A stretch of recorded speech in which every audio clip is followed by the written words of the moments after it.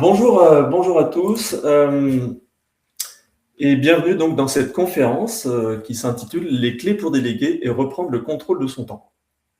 Merci vraiment pour votre présence et pour l'intérêt que vous portez au sujet que je traite aujourd'hui, qui concerne les chefs d'entreprise qui aimeraient retrouver de la liberté, plus de temps, une meilleure rentabilité, plus d'aisance peut-être dans le fait de déléguer ou dans le management avec leur équipe, ou encore arriver à être plus à l'aise avec leur posture de chef d'entreprise. On va voir aujourd'hui comment reprendre le contrôle de votre temps et retrouver de l'air, reprendre la main sur vos priorités, consacrer votre énergie à ce qui nourrit vraiment la solidité et la rentabilité de votre activité. Alors, quand on est dirigeant, on reste souvent trop absorbé par l'opérationnel. C'est pas seulement son agenda qui se remplit, c'est toute l'entreprise qui finit par manquer d'air, finalement, et c'est précisément ce qu'on va regarder ensemble maintenant. On va regarder pourquoi, malgré toute votre implication, votre façon actuelle de fonctionner vous épuise.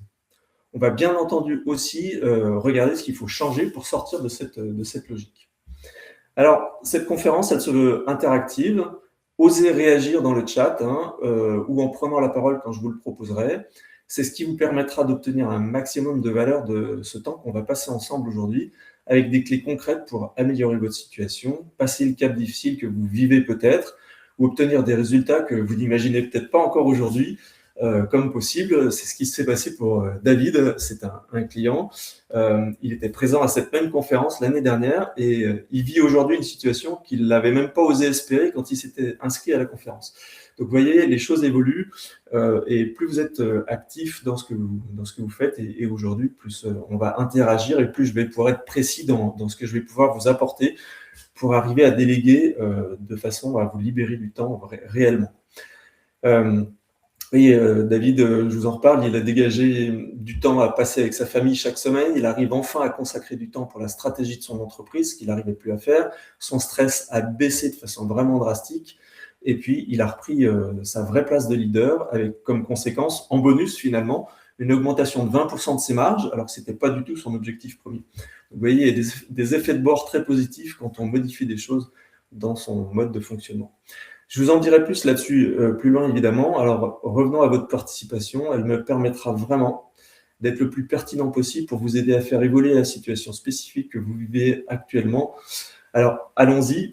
Pour faire connaissance, je vais vous présenter une dizaine de situations en lien avec ce qui bloque 90% des chefs d'entreprise qui ont des difficultés à déléguer avec des conséquences importantes sur le contrôle de leur temps.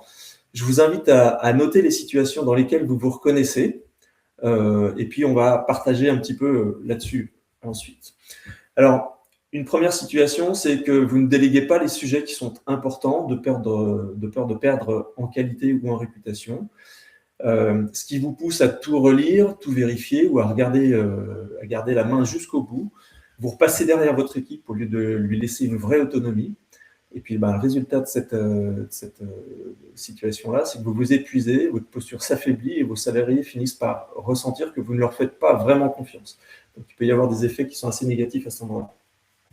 Une autre situation que vous pouvez vivre aussi, c'est que vous n'accordez pas assez de temps à l'organisation parce que l'urgence prend toujours le dessus, ce qui vous maintient finalement dans une logique de réaction plutôt que d'anticipation. Vous gérez les problèmes quand ils explosent au lieu d'installer un cadre clair et rassurant. Et le résultat de tout ça, c'est que votre stress augmente, votre crédibilité s'érode, et puis l'équipe doute peu à peu de la solidité du pilotage. Une autre situation que vous pouvez rencontrer, c'est que vous avez du mal à faire confiance parce que vous craignez les erreurs ou les oublis, notamment avec la jeune génération qui peut avoir tendance à prendre les choses un peu à la légère et à moins s'engager. J'entends souvent ça en ce moment. Ce qui vous pousse finalement à rester en surveillance permanente de votre équipe. Vos collaborateurs sentent ce contrôle même quand vous ne leur formulez pas ouvertement. Et le résultat, c'est que vous décrochez jamais vraiment et une défiance silencieuse peut éventuellement s'installer dans l'équipe. Enfin, quatrième, vous êtes souvent interrompu par les demandes, les appels ou les validations en interne, ce qui casse finalement votre concentration et puis vous empêche d'avancer sur les sujets de fond.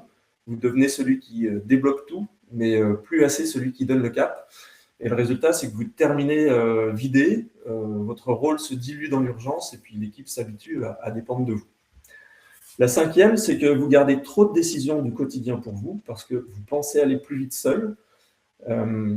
ce qui vous rend finalement indispensable sur une multitude de petits arbitrages. Votre équipe attend votre validation avant d'avancer et ose de moins en moins décider finalement. Et le résultat, c'est que vos collaborateurs perdent en autonomie et certains entrent dans une forme de retrait discret. Voilà, ils attendent un petit peu que tout vienne de vous, quoi. 6e, c'est que vous manquez de process simples et partagés dans l'entreprise, ce qui oblige finalement chacun à venir vous demander comment faire ou pourquoi prioriser, ou quoi prioriser, pardon. Le flou crée des incompréhensions, de l'agacement et puis le sentiment que l'organisation n'est pas vraiment tenue. Alors, le résultat de ça, c'est que la fluidité collective se dégrade, votre place s'use et à force de compenser, et puis les salariés commencent à se protéger au lieu de s'engager pleinement. 7e, vous avez du mal à définir clairement qui est responsable de quoi dans l'équipe. Ce qui entretient du flou sur les rôles, les périmètres et puis les attentes des salariés, les tensions, les non-dits, puis les renvois de responsabilité augmentent. C'était pas à moi, c'était à toi. Ça crée de la désorganisation, du dysfonctionnement. Le résultat de tout ça, c'est simplement un climat qui se tend, votre parole qui perd en portée et une méfiance discrète qui peut s'installer vis-à-vis de votre management. Le 8e, vous repassez trop souvent derrière vos salariés pour corriger ou pour ajuster, ce qui leur finalement envoie le message implicite que leur travail n'est jamais vraiment assez bon. Ils osent moins décider, moins proposer et moins prendre d'initiative. Le résultat, c'est que vous entretenez malgré vous finalement une équipe dépendante, la confiance s'abîme et puis l'implication baisse en silence.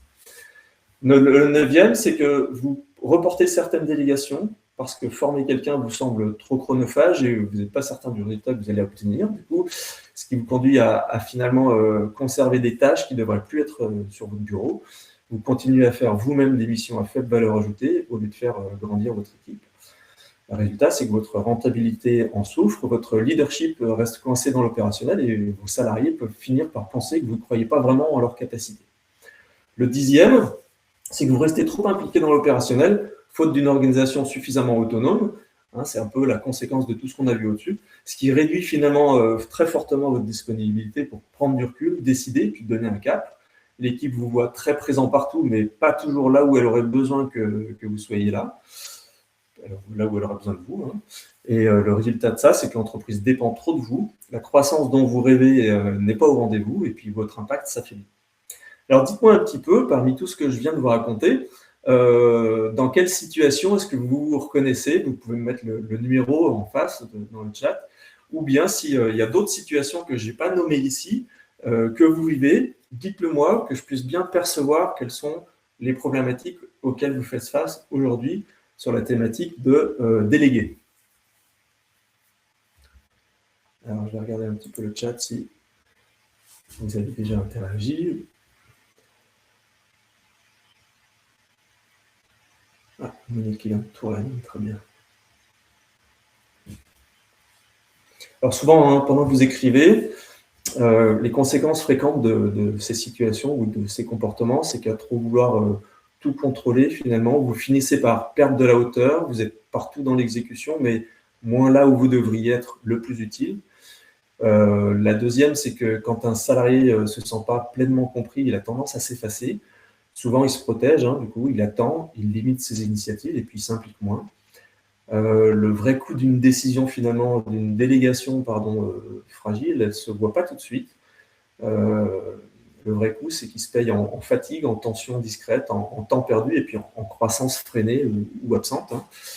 Et puis enfin, une délégation fragile ou fondée sur la peur de quelque chose, finalement, parce qu'il y a plein de peurs qui peuvent être à l'origine de ça, ça empêche l'entreprise de grandir autrement qu'au prix de l'épuisement du dirigeant, finalement. Donc voilà, je ne sais pas à quel endroit vous vous reconnaissez. Anouk, vous dites 2, 4, 6, 8, 10. Ok, vous aimez bien les chiffres pairs, donc si je comprends bien, c'était un petit clin d'œil. Julien, sur les 10 points vous concerne. Ok, très bien. Christian, vous êtes passé par les 10 situations. Ok, merci, elles sont très pertinentes. Très bien. Anastasia, bonjour.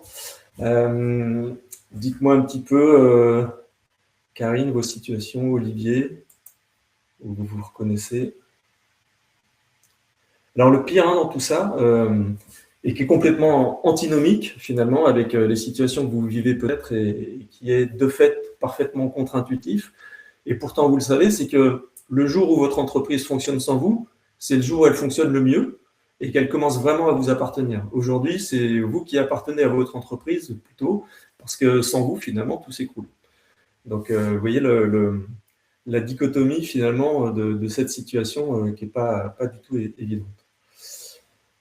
Ok, alors on va enchaîner avec la slide suivante qui est mon pourquoi finalement. Pourquoi est-ce que je fais cette conférence et pourquoi ce sujet me tient autant à cœur? Si je vous parle aujourd'hui finalement de délégation, de temps et de structure d'entreprise, c'est pas uniquement parce que je l'ai appris, hein, finalement, c'est surtout parce que je l'ai vécu. J'ai fait passer une entreprise de 1,7 million à 6,5 millions de chiffre d'affaires en 5 ans. Et en parallèle, j'avais 3 enfants en bas âge. Je m'étais fixé une règle, ne pas sacrifier ma vie personnelle pour la réussite de mon entreprise. C'était vraiment une attention particulière de ma part. Concrètement, je ne travaillais pas le mercredi après-midi et je gardais du temps pour être présent avec mes enfants. J'ai essayé quand je pouvais les emmener à l'école, aller les chercher. Il y avait quand même pas mal d'implications familiales. Sur le papier, ça peut sembler maîtrisé et dans la réalité, ça ne l'était pas toujours. Il y a eu des périodes où j'arrivais plus à prendre du recul, le stress prenait trop de place et surtout, je doutais de ma légitimité. C'est-à-dire qu'il y a des endroits où je ne me sentais pas complètement légitime, où j'avais un peu le syndrome de l'imposteur sur certains endroits. Donc, pas de façon visible, hein, mais suffisamment pour garder le contrôle sur trop de choses, pas déléguer comme il le fallait ou autant qu'il le fallait, et puis rester plus dans l'opérationnel que dans mon rôle de dirigeant. Alors, je dis ça, en même temps, il y a eu une grosse croissance, hein, donc j'avais mon rôle de dirigeant, mais j'aurais pu l'être davantage, et j'aurais pu sortir de l'opérationnel beaucoup plus, parce que je me suis un peu cramé finalement dans cette situation, à être autant sur le stratégique et développement, mais autant au contrôle dans l'opérationnel. Et ça, évidemment, j'ai bien compris que beaucoup de dirigeants le vivent, sans forcément le dire. Alors, c'est l'occasion pour vous de pouvoir poser les choses ici, hein, parce que quand on a construit son entreprise finalement avec exigence, avec engagement, avec un haut niveau de qualité, lâcher, ça ne va pas de soi en fait. Hein. On se dit, si je lâche, le niveau va baisser. Si je délègue, je vais devoir repasser derrière. Si je fais confiance, je prends un risque. Et petit à petit, sans s'en rendre compte, on devient finalement le point de passage obligé de tout. Et c'est exactement là, hein, finalement, que le piège se referme. Parce que l'entreprise grandit, mais vous êtes de plus en plus pris dedans. Donc depuis, j'ai accompagné plus de 850 entrepreneurs et il y a un point commun qui revient quasiment à chaque fois, c'est trop de choses à gérer, pas assez de temps et une difficulté réelle finalement à déléguer sans perdre en qualité. Alors peu importe la taille de l'entreprise, hein, qu'on soit solo, 10 personnes, 50 personnes ou plus, j'ai accompagné Philippe qui avait 80 salariés. Le mécanisme, hein, c'est souvent le même et peut-être que vous vous reconnaissez là-dedans, vous êtes partout, vous êtes souvent interrompu, vous avez du mal à décrocher. Et même quand vous déléguez, finalement, vous gardez un œil dessus. Le résultat, c'est que vous travaillez beaucoup, mais pas toujours là où vous créez le plus de valeur. Et le sujet, ce n'est pas le manque de temps. Le sujet, c'est la façon dont votre entreprise fonctionne autour de vous. Aujourd'hui, c'est ce qui m'anime finalement, c'est d'aider les dirigeants à reprendre le contrôle de leur temps, structurer leur entreprise, déléguer sans perdre en qualité, asseoir sa posture entrepreneuriale et de patron, hein, finalement, d'employeur, tout en retrouvant un équilibre de vie qui tient dans la durée, parce que c'est ça le vrai sujet au final. Parce que ce que j'ai appris avec le temps, c'est qu'on ne règle pas ces sujets uniquement avec des outils, mais en travaillant la posture, les décisions et la façon de penser son rôle de dirigeant. C'est exactement ce qu'on va commencer à faire aujourd'hui ensemble. Merci pour vos commentaires. Voilà, alors je vais rentrer directement dans le concret. Vous l'avez compris, pour être efficace et être le leader dont votre boîte a besoin, finalement, il faut changer votre posture, changer votre mindset et certains de vos comportements. Comme je dis toujours, avec les mêmes comportements, on obtient toujours les mêmes résultats. Comme disait Einstein, finalement, c'est de la folie de faire toujours la même chose et d'attendre des résultats différents. Hein, ça veut dire la même chose, mais on le dit différemment. Pour obtenir des résultats différents, en résumé, il faut penser, agir, se comporter, communiquer différemment. Vous voyez, il y a plein de choses à faire. Toute la chaîne est à analyser, voir ce qui se passe. Et pour faire ça, il faut commencer par prendre un peu de recul sur soi, s'accorder du temps pour le faire. C'est le premier pas indispensable finalement pour obtenir les déclics et puis les prises de conscience qui sont nécessaires au changement. Sans ça, il ne se passe rien et on continue à se plaindre des autres ou des événements extérieurs. Pour reprendre la main puis agir, il faut prendre du recul Et si vous êtes là aujourd'hui, c'est déjà un premier pas vers autre chose. Donc, bravo à vous déjà de vous poser ces questions-là et de vous dire qu'il y a peut-être quelque chose à voir à cet endroit. Alors, pour commencer cette prise de recul, je vous propose déjà quelques pistes de réflexion. Voilà. Quelle est, selon vous, la plus grosse erreur que vous puissiez faire ou que vous faites déjà quand il s'agit de déléguer? Dites-moi ça dans le chat pour que je perçoive vraiment ce que vous vivez aujourd'hui et comment je vais pouvoir vous aider pendant le temps qu'il nous est donné aujourd'hui. Quelle est, selon vous, la plus grosse erreur que vous puissiez faire ou que vous faites déjà quand il s'agit de déléguer? Alors, je vais vous poser les 3 questions, puis dans vos réponses, vous pourrez me mettre 1, c'est ça, 2, c'est ça, 3, c'est ça. La deuxième question, c'est quel est le résultat qui vous tient à cœur et que vous aimeriez avoir obtenu dans les 6 prochains mois? En gros, c'est ce qui vous soulagerait vraiment. En 3, c'est qu'est-ce qui vous empêche aujourd'hui de le faire, finalement? Donc, 1, quelle est, selon vous, la plus grosse erreur que vous faites quand il s'agit de déléguer? Le résultat qui vous tient à cœur et que vous aimeriez vraiment avoir obtenu dans les 6 mois qui arrivent? Et puis, qu'est-ce qui vous empêche aujourd'hui de le faire? Christian, 1, continuez à contrôler. Est-ce que vous pouvez mettre toutes vos réponses dans le même message? Alors, c'est vrai que quand on veut revenir à la ligne et qu'on fait entrer, ça envoie le message. Si jamais vous voulez, vous ne faites pas de retour à la ligne, ou alors vous faites Shift, entrée, et là, ça fait un retour à la ligne dans le chat. C'est un petit truc qui vous permet d'envoyer tout dans le même message.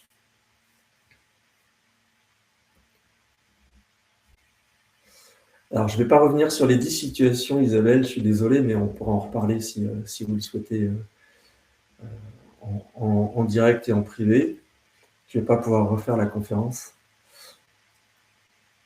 Mais vous pouvez parler de la situation, par contre, Isabelle, que vous rencontrez aujourd'hui sur le sujet de la délégation, les difficultés que vous avez, la plus grosse erreur que vous pourrez faire, que vous faites peut-être déjà quand il s'agit de déléguer, le résultat qui vous tient à cœur, là, et que vous aimeriez avoir obtenu dans les 6 prochains mois, et puis qu'est-ce qui vous empêche de le faire aujourd'hui? Pourquoi vous ne l'avez pas déjà fait finalement, hein? Il y a forcément des raisons quelque part.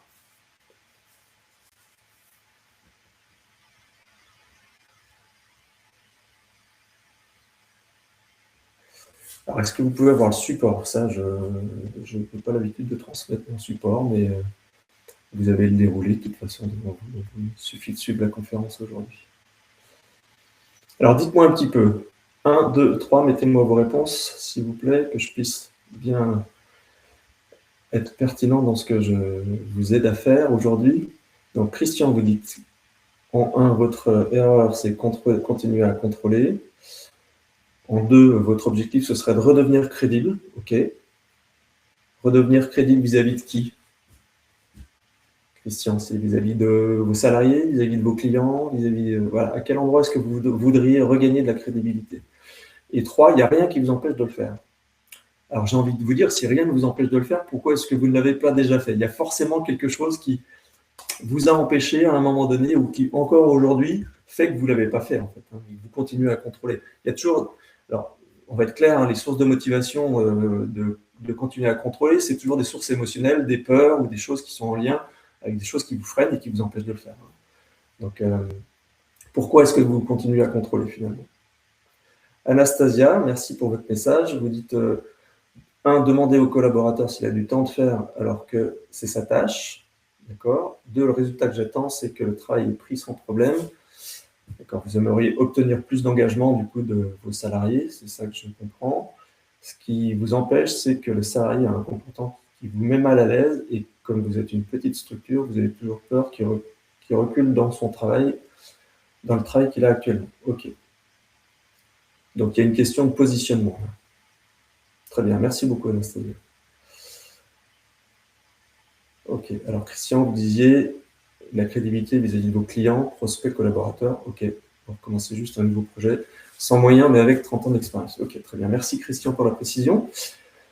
Anouk, vous dites l'erreur que vous faites, c'est de faire vous-même, sachant que si vous déléguez, vous allez devoir demander à plusieurs reprises, car les demandes ne sont pas prises en compte de suite. Donc, il y a une question de process ici, à mon avis. OK, très bien, merci pour cette problématique. Vous avez un objectif que vos 2 chefs de service soient en capacité de comprendre ce qui est attendu dans leur fonction respective de manager. OK, beau projet. Et ce qui vous en empêche aujourd'hui, c'est le fait qu'ils ne sont toujours pas intégrés à cette dimension, qu'ils qui comptent trop sur vous, sachant que vous allez faire par défaut. Ok, je travaille cet aspect au quotidien, mais sans résultat probant pour l'heure. D'accord, très bien. Ok, très bien. Alors, j'ai envie de rajouter un petit quelque chose là, sur le 3, c'est qu'est-ce qui vous empêche de le faire aujourd'hui et qui dépend de vous.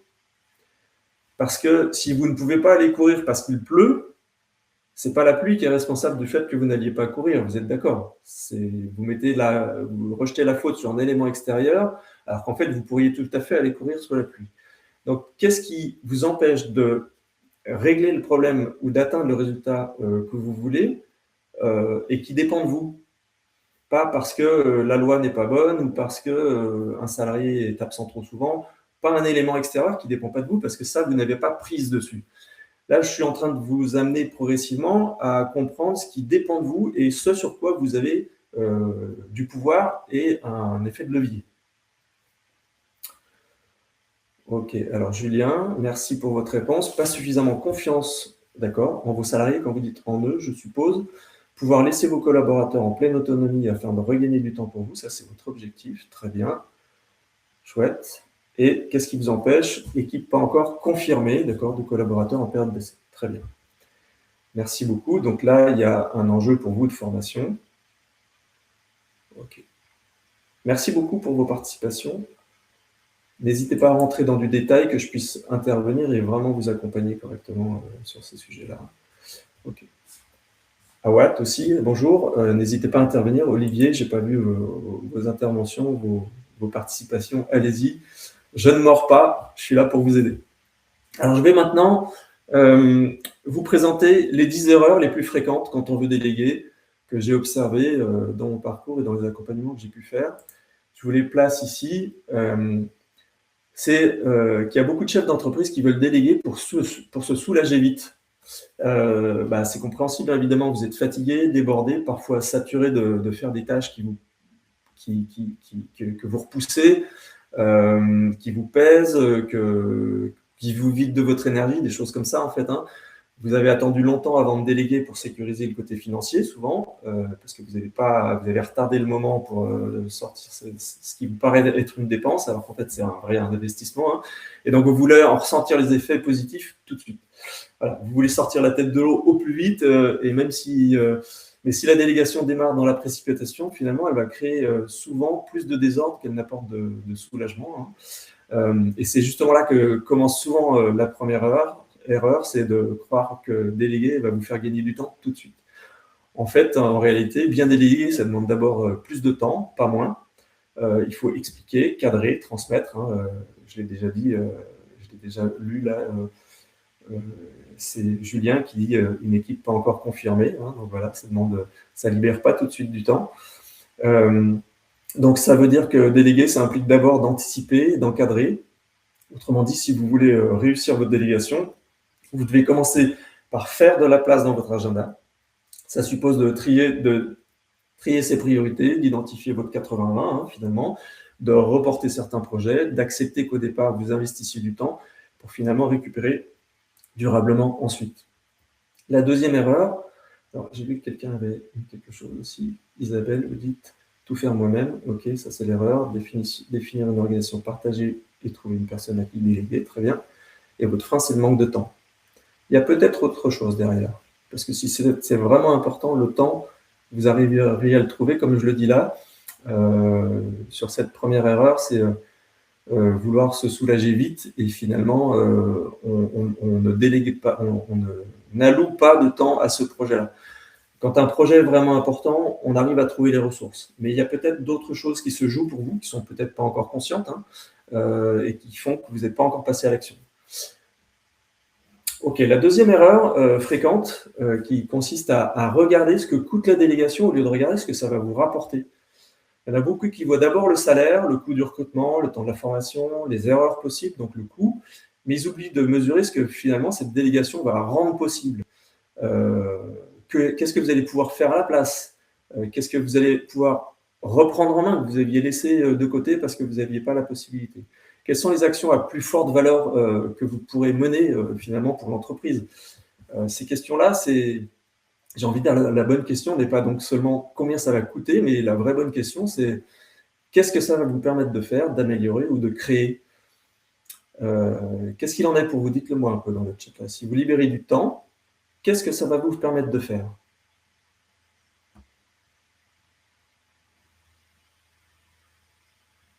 Allez.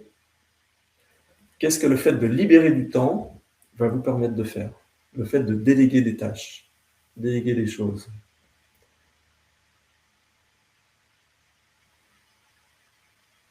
Parce que des fois, on se dit, je suis débordé, j'ai pas le temps de tout faire, mais on ne sait pas forcément ce qu'on ferait, même s'il y a des choses un petit peu en tête qui sont là, qui sont présentes, mais on n'a pas forcément défini de façon très claire ce qu'on allait faire de ce temps. Ok, et Julien, jouer au tennis, très bien, donc vous avez besoin de temps pour vous, mais pourquoi vous dites je plaisante? Parce que c'est important d'avoir du temps pour soi. J'accompagne Damien, je vais vous en parler un petit peu plus loin dans les erreurs. Il avait plus de temps pour lui, plus de temps pour sa famille, plus de temps pour sa conjointe. Et au final, il y avait un équilibre pro-perso qui était vraiment pas satisfaisant. Et en fait, on a progressivement mis dans l'agenda des rendez-vous qu'il avait avec lui-même ou avec sa femme pour aller manger le midi, sachant qu'ils sont tous les deux, lui les chefs d'entreprise et elle les entrepreneurs individuels.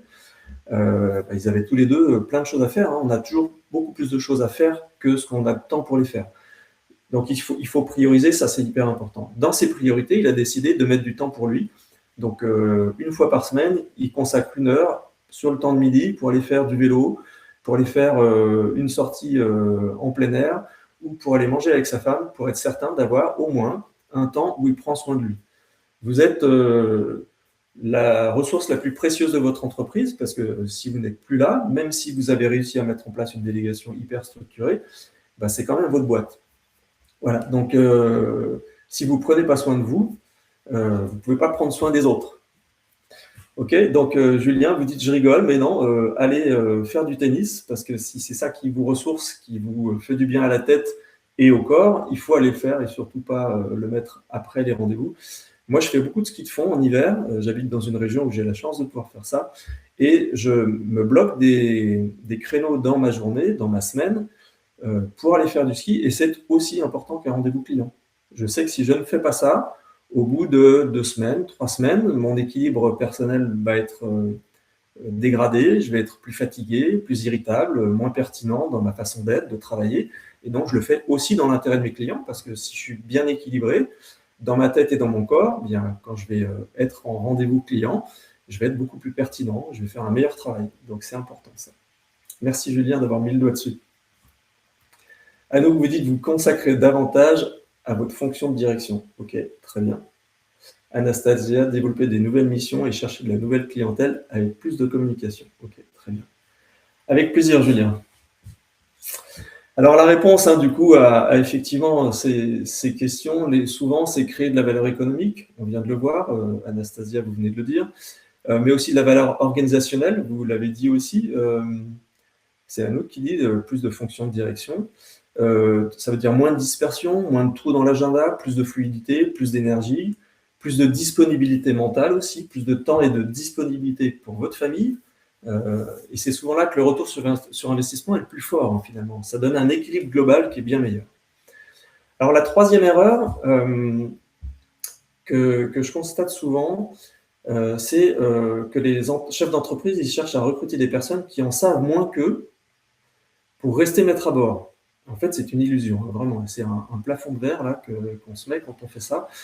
Ça rassure sur le moment, parce que vous gardez la main. Vous restez celui qui sait finalement, celui qu'on consulte, celui sans qui rien n'avance vraiment. Mais ce choix, finalement, il entretient précisément ce dont vous cherchez à sortir, c'est-à-dire la dépendance de l'équipe à votre égard. Vous restez au centre de tout. Si vous faites ça, vous devez valider, corriger, arbitrer, repasser derrière. Et plus l'entreprise grandit, plus ce fonctionnement devient finalement un piège. Vous devenez vous-même le frein principal au développement de l'entreprise et vous limitez de fait sa croissance ou son fonctionnement, tout simplement. Rappelez-vous d'une chose importante, même si ce que je vais vous dire peut être un peu rude à entendre, le développement professionnel finalement du dirigeant, c'est le premier levier de développement d'une entreprise. Mais c'est vrai que c'est plus facile de se plaindre et de blâmer son équipe ou les éléments extérieurs que de se remettre en question. Chercher un coupable, ça nous dédouane de la responsabilité finalement de trouver des solutions. Alors, qu'est-ce que vous allez choisir là? Dites-le moi.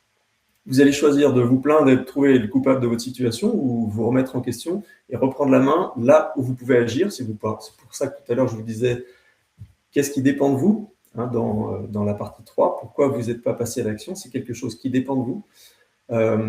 Donc, reprendre la main là où vous pouvez agir, et même si c'est difficile ou que ça vient vous chercher finalement à des endroits qui sont inconfortables, parce que le changement, il passe souvent par de l'inconfort. C'est à vous de choisir. Alors, pour revenir à notre fameuse troisième erreur, comme le disait Steve Jobs, ça n'a aucun sens d'embaucher des gens intelligents et de leur dire quoi faire. Nous embauchons des gens intelligents pour qu'ils puissent nous dire quoi faire.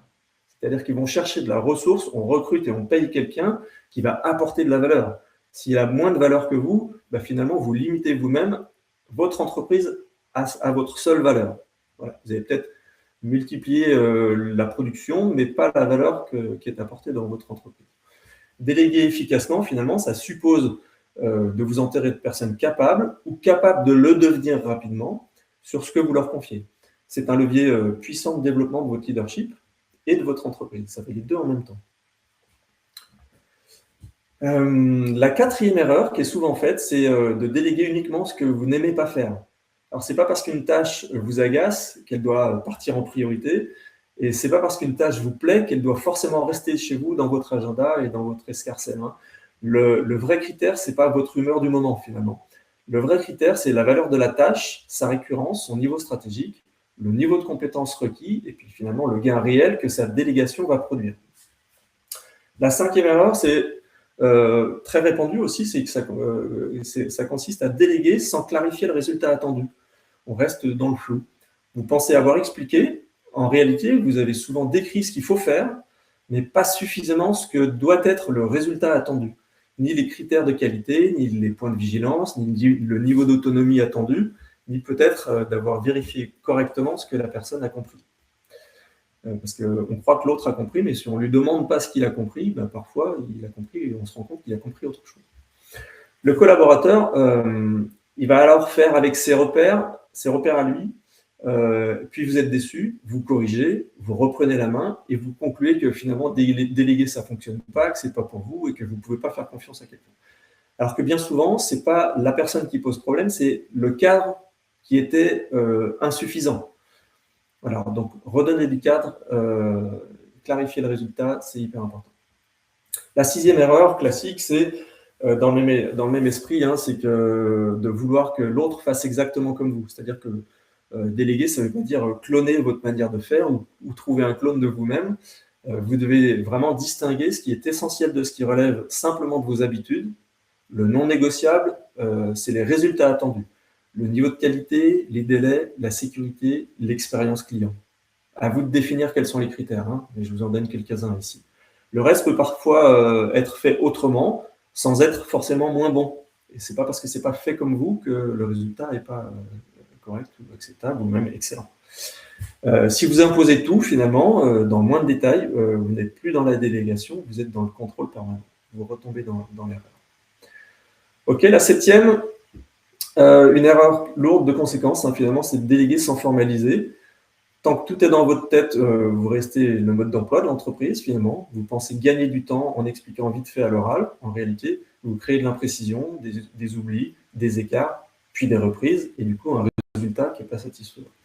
Finalement, formaliser un process, une checklist, quelques étapes clés, des critères de validation ou des exemples concrets, ça ne rigidifie pas forcément le travail. Au contraire, ça sécurise la qualité, ça facilite l'autonomie.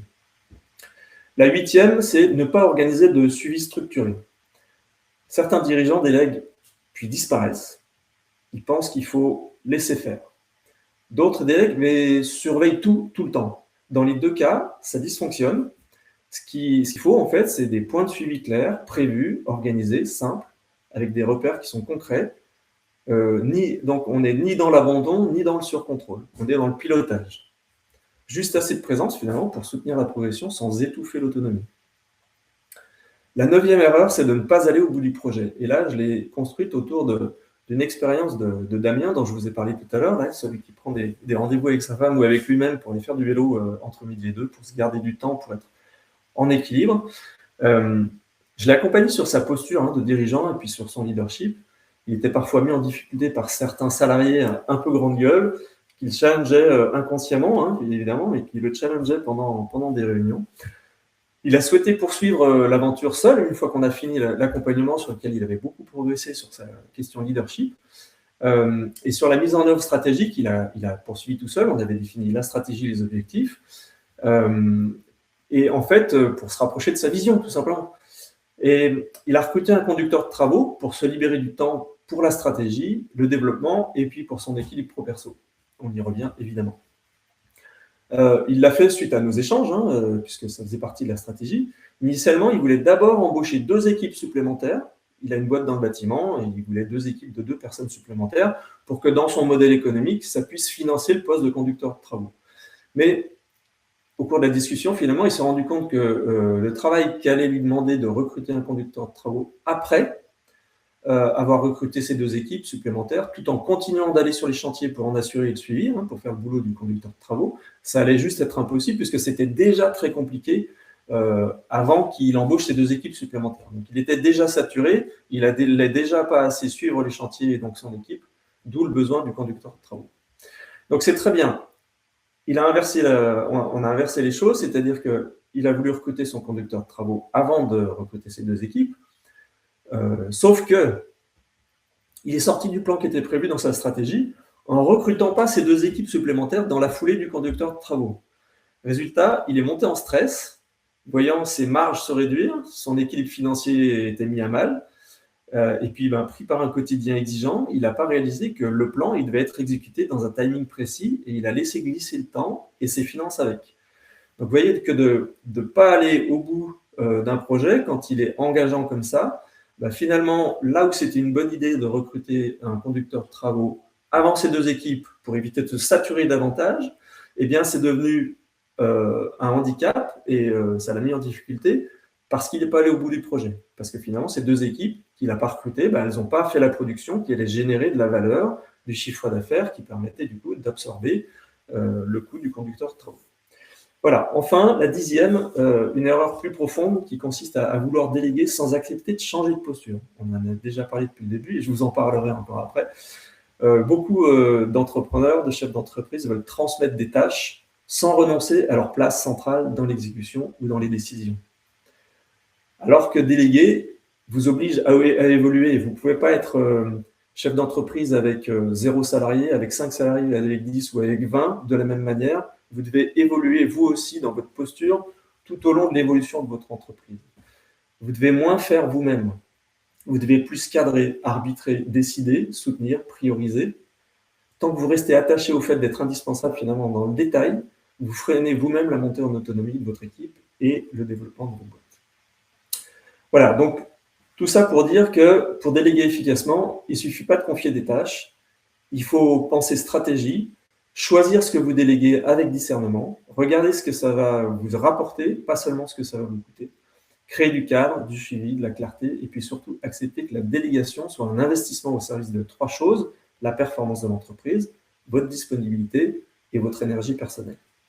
Bien déléguer, finalement, c'est pas perdre le contrôle, c'est arrêter de tout point de passage, obligé de tout. Alors, je vais vous présenter. Est-ce que c'est clair pour vous? Est-ce que vous avez des questions sur ces 10 erreurs et finalement les petits changements qui peuvent être petits d'apparence, mais qui génèrent des résultats majeurs dans les évolutions que vous pouvez avoir? Est-ce que c'est clair pour vous? Est-ce que vous avez des questions là-dessus avant que je passe à la suite? C'est très clair. Merci beaucoup, Julien. N'hésitez pas à interagir, c'est vraiment, je suis là pour vous aujourd'hui, profitez-en. Merci Christian aussi. Ok, alors je passe à la suite. Je vais vous donner les 4 clés majeures qui pour moi sont vraiment majeures pour bien déléguer et reprendre le contrôle de son temps. La première chose, c'est identifier vos zones de génie. Merci Anastasia. Identifier vos zones de génie, c'est finalement là où vous êtes bon, là où vous êtes le meilleur même. Ce qui est facile pour vous, c'est ce qui est facile pour vous, ce que vous réussissez à chaque fois et qui vous donne de l'énergie, même si c'est fatigant par ailleurs. C'est-à-dire qu'une fois que vous avez fait et réussi cette tâche ou quelque chose qui vous tient à cœur, même si ça vous a fatigué parce que ça vous a demandé de l'énergie, finalement, ça vous en donne parce que ça a du sens pour vous et que vous avez du plaisir à le faire. C'est vraiment ça une zone de génie, hein. Donc, une fois que vous avez identifié votre zone de génie, vous y consacrez 80% de votre temps et vous déléguez tout le reste parce que c'est là que vous allez apporter de la valeur pour votre boîte. Ok ? La deuxième clé majeure, c'est finalement d'écrire des process. On en a déjà parlé un petit peu avant. Les process de réalisation de ce que vous devez déléguer pour maintenir le même niveau de qualité que si c'était vous qui l'aviez réalisé, cette tâche. Parce que sinon, vous allez transmettre de façon insuffisante et ça ne va pas fonctionner et vous allez vous dire que finalement, déléguer, ça ne marche pas parce que vous n'obtenez pas les résultats que vous voulez. Donc, écrire des process, c'est finalement s'auto-analyser, voir comment vous feriez vous si vous faisiez la tâche ou comment vous faites quand vous la faites, si vous la faites encore, et pour pouvoir décortiquer un petit peu les différentes étapes, le process de réalisation, et vous l'écrivez pour pouvoir le transmettre complètement. Et avec ça, c'est une étape importante pour obtenir les résultats que vous voulez, et donc le même niveau de qualité que si c'était vous qui l'aviez fait. Le troisième, je l'ai déjà un peu évoqué, déléguer, ce n'est pas abandonner. Vous devez continuer à tenir le fil en organisant finalement des temps de feedback avec des personnes à qui vous avez délégué. C'est ce qui vous permet de rectifier la trajectoire si besoin, d'enlever ou de rajouter des étapes de production ou de partage entre pairs, etc. Tenir le fil, c'est vraiment ce que je vous ai dit tout à l'heure, vous pilotez. Vous n'êtes plus dans la gestion des tâches, vous êtes dans le pilotage de votre entreprise et donc vous allez mettre en place des éléments de suivi réguliers, des temps de feedback avec les personnes. Voilà. J'ai vu beaucoup d'entreprises où il n'y a pas de temps d'échange entre les gens, autre que pendant qu'on fait ou à la machine à café. Donc, prendre des temps sans rentrer dans la réunionnite, hein, parce que faire des réunions pour faire des réunions, ça n'a aucun sens. Mais en revanche, des temps d'échange où on va partager pour faire évoluer les process, pour éviter les erreurs, pour mieux se comprendre, ça rajoute de la fluidité dans les relations, ça évite les conflits au passage, donc c'est vraiment important ça. Et si jamais il y a des conflits qui sont larvés, ben ça les fait sortir avant que ça pète trop fort, et donc on peut régler les choses avant qu'il soit trop tard. Et la quatrième clé qui est vraiment importante aussi pour moi, c'est d'organiser le contrôle qualité, avec des niveaux attendus et puis de réalisation qui sont clairs, pour que la production elle soit réalisée en confiance, en autonomie pour votre équipe et pour vous, n'avoir finalement plus qu'à piloter la qualité au lieu de la gérer au quotidien. C'est la même chose ici, vous êtes le pilote, quelle que soit l'organisation des tâches, que ce soit le suivi ou que ce soit le contrôle qualité. Et le contrôle qualité, c'est pas forcément parce que vous savez comment vous voulez que ce soit fait que c'est à vous de faire la qualité, de faire le contrôle qualité. J'ai accompagné, il faut que je retrouve son prénom, Franck. J'ai accompagné Franck qui a une boîte, il a 2 entreprises, une dans laquelle il y a 4 salariés, une dans laquelle il y en a 12. C'est 2 boîtes qui sont complémentaires en termes de prestations. Il était tout le temps dans le contrôle partout. Il faisait du micromanagement, évidemment, et en plus, il râlait parce que le travail n'était pas fait comme il voulait, qu'il fallait qu'il fasse reprendre, etc. Et en fait, on a mis en place un contrôle qualité avec ce que je vous ai dit, les 3 étapes d'avant. Finalement, il a regardé où étaient ses zones de génie pour y consacrer beaucoup plus de temps. C'est là qu'il a apporté de la valeur à sa boîte plutôt que de contrôler tout le temps. Il a écrit les process, il a organisé des réunions régulières et il a organisé le contrôle qualité. Et le contrôle qualité, il n'était pas dans la boucle du contrôle qualité, c'est-à-dire que je l'ai accompagné à mettre en place des contrôles. Quand on a 12 personnes, on peut avoir 3 personnes qui sont impliquées dans le contrôle qualité, qui font que quand une tâche est réalisée, quand un produit est prêt à partir chez le client, avant qu'on ait validé le fait que le produit est prêt à partir, c'est qu'il y a certaines étapes qui ont été vérifiées par d'autres que ceux qui font. Il y a un autocontrôle, et puis il y a aussi d'autres personnes qui vérifient avec des critères très objectifs. On ne rentre pas dans des critères subjectifs, et si jamais il y a besoin de critères subjectifs, on essaye de les rendre le plus objectif possible avec une terminologie, avec un chiffrage d'appréciation, avec différentes choses. En tout cas, ça s'organise. Et du coup, Franck, il est sorti complètement du contrôle qualité, et les produits qui sortaient de son atelier étaient de la même qualité que quand il la gérait lui-même. Donc, il s'est dégagé un temps énorme avec ça. Donc voilà les 4 clés qui sont majeures pour déléguer et reprendre le contrôle de son temps, en plus de tout ce qu'on a dit avant. Vous voyez que c'est très cohérent avec ce que j'ai dit précédemment, parce que tout ça se complète. Évidemment, ce n'est pas juste un élément tout seul qui va changer la différence. Mais déjà là, aujourd'hui, si vous avez perçu certains de vos fonctionnements et ce que vous pouvez changer, vous allez pouvoir faire évoluer déjà votre entreprise. Et puis votre posture et votre temps. Reprendre la maîtrise de votre agenda. Comme je dis toujours, si ce n'est pas vous qui décidez ce que vous faites de vos journées, c'est vos journées qui vont décider de ce que vous faites. Hein, c'est le flow, le flux de ce qui arrive, le flux entrant, les urgences, etc. qui vont prendre le dessus. Alors, avant de nous quitter, dites-moi dans le chat sur ce que je vous ai dit aujourd'hui. En 1, là, vous allez pouvoir mettre 1 et puis ensuite 2. En 1, qu'est-ce que vous avez retenu de marquant pour vous de ce que je vous ai raconté? Et en 2, qu'est-ce que vous allez mettre en place rapidement pour mieux déléguer et reprendre le contrôle de votre temps? En 1, qu'est-ce que vous avez retenu de marquant pour vous? Et en 2, c'est forcément en lien, qu'allez-vous mettre en place rapidement pour mieux déléguer et reprendre le contrôle de votre temps? Pendant que vous écrivez ça, je vous parle de quelques résultats, des cas concrets qui ont été des résultats obtenus par mes clients. Je vous ai parlé de David tout à l'heure, je vous ai parlé de Franck. Non, je ne vous ai pas parlé de David tout à l'heure, je vous ai parlé de Damien. David, il a une boîte en électricité, il a 15 personnes, il travaille dans des stations de ski, il fait des grosses installations pour alimenter en électricité les installations, les remontées mécaniques, etc., ces choses-là. Et il était très pris, débordé, jamais de temps pour lui.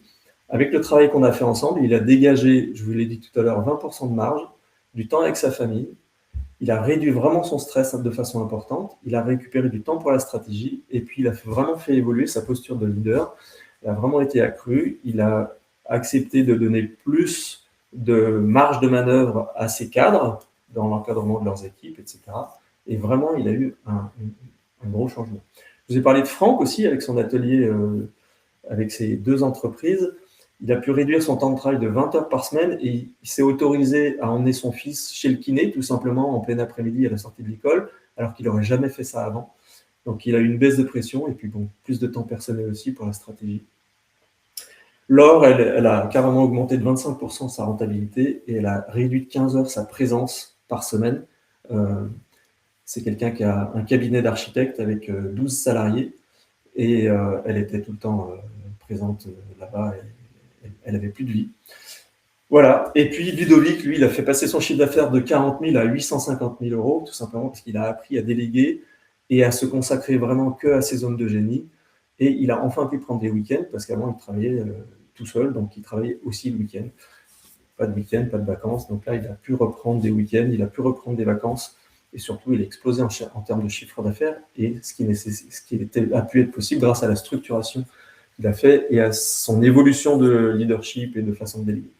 Donc voilà, vraiment des résultats hyper intéressants pour ces 4 personnes et pour Damien dont je vous ai parlé tout à l'heure. Alors, qu'est-ce que vous me dites? Je regarde un petit peu. Alors, Christian, vous dites que vous avez retenu les 10 erreurs les plus fréquentes, ok. Laquelle sur les 10 peut-être? Vous n'êtes pas encore reparti dans la spirale de manager débordé qui n'arrive pas à déléguer, ok, tant mieux, très bien. Anouk, vous dites les erreurs à éviter et les points clés confirment votre vision que je vais devoir réussir à faire partager à mes 2 plus proches collaborateurs, ok, pour aussi leur permettre de mieux collaborer avec leurs équipes. Bravo, super chouette, belle prise de conscience. Merci beaucoup. N'hésitez pas, dites-moi un petit peu ce qu'il en est. C'est toujours intéressant pour moi de savoir ce que je vous ai apporté aujourd'hui pour voir si ma conférence est pertinente déjà et continuer dans ce sens-là. Anastasia, vous dites apprendre à déléguer sans se sentir mal à l'aise. Ok, très bien, super. Merci Anastasia. Ok, alors, on arrive à la fin de cette conférence et vous avez maintenant une vision plus claire finalement de ce qui se joue pour vous. Mais il y a une réalité importante à garder en tête, c'est que si rien ne change dans votre façon de fonctionner, votre entreprise continuera de dépendre de vous. Et le vrai coût aujourd'hui, c'est pas ce que vous payez, c'est ce que vous ne développez pas finalement. Imaginez ce que deviendrait votre entreprise si elle avançait même quand vous n'êtes pas là. Et ça ne se fera pas tout seul évidemment. Parce que vous pouvez avoir compris beaucoup de choses aujourd'hui, mais dès demain, votre quotidien finalement va peut-être revenir. Les urgences, les sollicitations, le manque de temps, le besoin de contrôler. Et puis dans quelques semaines, vous risquez d'être rendu exactement au même point, là où vous en étiez hier ou aujourd'hui. C'est pour ça que je vous propose un échange stratégique en privé. Je vous l'offre avec plaisir. Pendant cet échange, on va faire 3 choses. Identifier où vous perdez réellement du temps, comprendre ce qui vous bloque dans votre délégation et définir les premiers leviers finalement concrets à activer rapidement. Vous en avez déjà quelques-uns en aperçu aujourd'hui. Et puis à la fin, soit vous repartez avec des actions claires à mettre en place, ce qui est déjà un peu le cas aujourd'hui, et on va aller plus loin parce qu'on va les personnaliser. Soit je vous explique comment je peux vous accompagner, si c'est pertinent, évidemment, mais dans tous les cas, vous repartez avec de la clarté. Si je vous accompagne, vous allez accélérer le mouvement parce qu'on va beaucoup plus vite quand on a un regard extérieur, parce que je vais vous apporter un regard extérieur, des questions pertinentes qui vont vous faire poser les bonnes questions, et du coup mettre en place des stratégies, des objectifs et des éléments de réalisation concrète qui vont vous faire accélérer le processus pour l'évolution de votre boîte. Alors, vous avez le lien de mon agenda dans le chat. Il est dans le chat ou avec le bouton rouge pour prendre rendez-vous maintenant. Je vous remercie sincèrement de votre présence et je vous souhaite le meilleur pour la suite. Je vous dis à très bientôt. Merci beaucoup. Vous dites, Julien, tous les points m'ont sensibilisé. Il y a du taf. OK, super. Et bon courage à vous, Julien. Merci à vous, merci Christian, merci à tous ceux qui ont participé, merci à ceux qui étaient présents et qui n'ont pas participé, mais à qui il y a peut-être des choses qui ont infusé. Je vous souhaite le meilleur pour la suite. Au revoir, à bientôt.